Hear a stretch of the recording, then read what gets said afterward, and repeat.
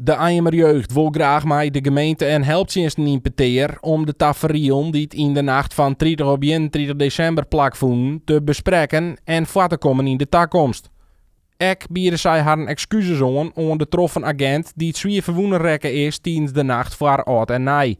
Dochs hebben zij krijgt als een heel aantal oorendwarpen in de gemeente Noord-Est-Friesland.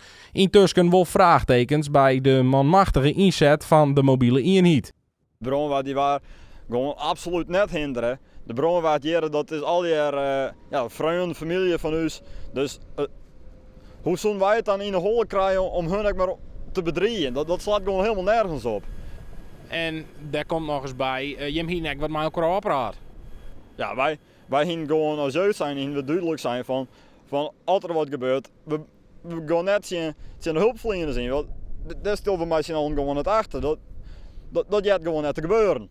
Vlak voor de ierwissel in 2020 ging het in IM ek mis, maar er is na de tijd neerwerk contact als een peteerwest met de jongeren over de aankomende ierwissel. En dat daar nou zo op ingrepen is van wat er vorig hier bad is, ja, dat is in mijn eigen het compleet de verkeerde aanpak. En ze gingen best even met ons in gesprek in van wat is de douane, wat is uw situatie en wat is uw situatie van wat gaat de politie en de gemeente doen van als er iets gebeurt.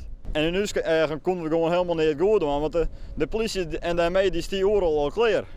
Voor volgend jaar is de oertjoeging dat het net weer op deze wijze maat, zat het nou in is. Ja, ik denk dat het gewoon een heel goed ding is dat we gewoon importeren geven, sowieso met de gemeente en misschien ook wel de politie erbij. En dat we er gewoon een hakje van hoe geven we dit in de toekomst bespelen en ja, hoe kunnen we de verzwaren dat het in de toekomst net weer zo te horen. Toonsje begint de evaluatie van politie, justitie en gemeente.